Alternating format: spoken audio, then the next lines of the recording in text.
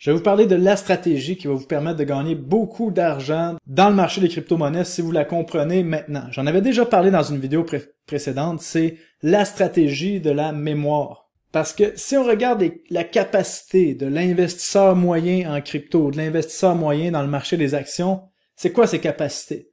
Il y a une capacité de mémoire d'à peu près 1 à 2 semaines. 1 à 2 semaines, c'est complètement oublié qu'est-ce qui s'est passé avant. Et l'autre chose importante, c'est qu'il n'est pas capable de réfléchir par soi-même. On doit lui mettre une cassette dans la tête. On lui dit « Ah, tel meme coin, c'est bon. » Et il achète tel meme coin après qu'il ait fait x100. Ou il faut lui mettre une autre cassette dans la tête. Achète tel crypto parce que le prix a monté. Et là, ça amène à ce qu'on voit ici, la masse ou le retail ou le bétail, comme vous voulez l'appeler. Les investisseurs amateurs sont toujours en retard sur les marchés, puis ils n'ont pas de plan. Et là, moi je le vois dans les commentaires là, sur les médias sociaux. À un moment donné, c'est facile, les gens expriment leurs pensées par des mots. Quand on voit « j'ai raté tel crypto »,« j'ai pas vendu tel crypto parce que blablabla », est-ce encore le temps de... Ça veut dire que la personne est en retard, s'en veut de ne pas avoir pris la bonne décision. Et ces caractéristiques des investisseurs amateurs qui suivent pas le marché, qui ont pas une capacité de mémoire, le secret pour éviter d'être dans la masse et en retard, c'est suivez les marchés avec la même intensité que vous suivez le football. Il y a des gens qui suivent le football avec une telle intensité, connaissent tous les joueurs, toutes les statistiques, puis comme des commentateurs professionnels, mais quand ils arrivent dans le marché des cryptos, ils veulent faire de l'argent, mais sont pas prêts à investir plus que 10 minutes dans le marché des cryptos.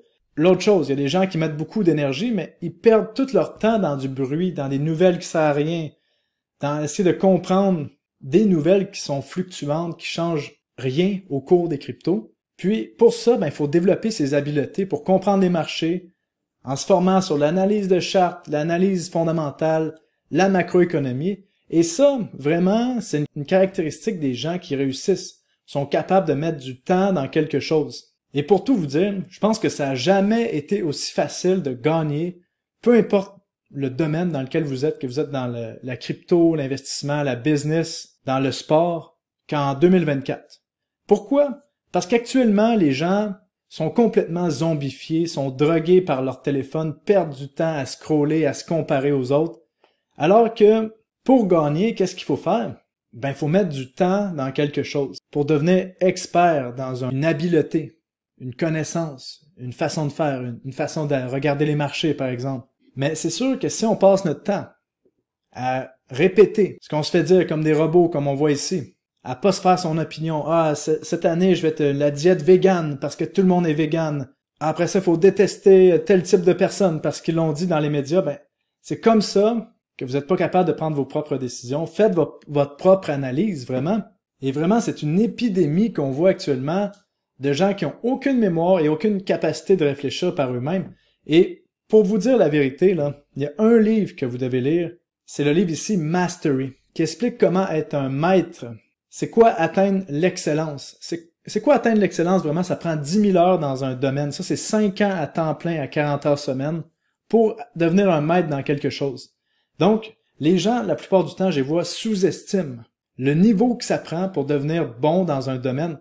Et on peut pas comprendre c'est quoi être un maître dans un domaine tant qu'on n'a pas atteint le niveau d'être un maître, qui est de mettre les 10 000 heures. Et ça, on parle pas de par exemple, aller s'entraîner pendant une journée, pendant une semaine, pendant un mois, ou de lire sur les cryptos pendant une semaine, ou pendant un mois. On parle de être immergé dans le marché pendant des années. C'est comme ça qu'on devient bon, dans quoi que ce soit. Donc, n'hésitez jamais à apprendre de nouvelles habiletés. Ça vous évite d'être médiocre, d'être dans la moyenne qui est très basse ou en dessous. Et même, ne faites que mettre 20 heures. Mettez 20 heures dans n'importe quel sujet et vous allez être meilleur que 95 à 99% des gens. Donc, ceci étant dit, comment ça s'applique en crypto, tout ça? Je vous dirais, le secret, le meilleur, c'est la stratégie de la mémoire. Si vous avez la mémoire qui est capable de vous souvenir qu'est-ce qui s'est passé il y a 1 an, il y a 2 ans dans les cycles précédents, vous allez gagner. Comme actuellement, on a vu BitTensor qui a complètement dominé le marché de l'intelligence artificielle. On a passé de 200 $ jusqu'à plus de 600 $. Actuellement, on a une correction qui est normale, on consolide. Et là, tous les gens ont les yeux que sur BitTensor, BitTensor, BitTensor. Oui, c'est une technologie révolutionnaire selon moi pour qu'est-ce qui est de l'intelligence artificielle. Si c'est bien utilisé, on ne sait pas comment ça va être dans les 2-3 prochaines années. On se rend compte ici que quand on prend l'application Mindshare, que BitTensor prend 50% de l'espace mental de la masse dans tout ce qui est dans le narratif de l'intelligence artificielle. Mais les gens oublient qu'il y a d'autres cryptos qui ont explosé, qui vont faire autant de gains que BitTensor. Et ces cryptos-là sont oubliés.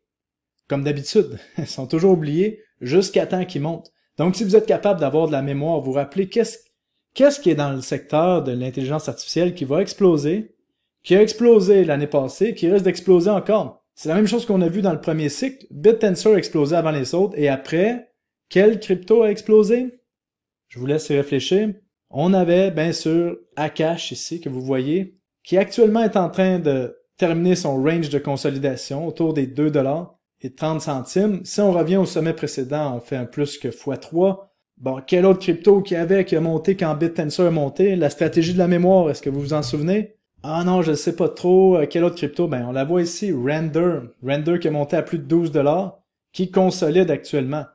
Quand est-ce que tout le monde va en parler? Ben, c'est quand Render va avoir fait déjà x2, x3 de son bas. Est-ce que vous commencez à comprendre c'est quoi la stratégie de la mémoire? Rappelez-vous qu'est-ce qui monte en même temps? Quel crypto monte en premier? Quel crypto monte après? C'est toujours la même chose qui se passe dans les cycles. À un moment donné, quand on a vu 10 fois la même chose, il faut finir par allumer et comprendre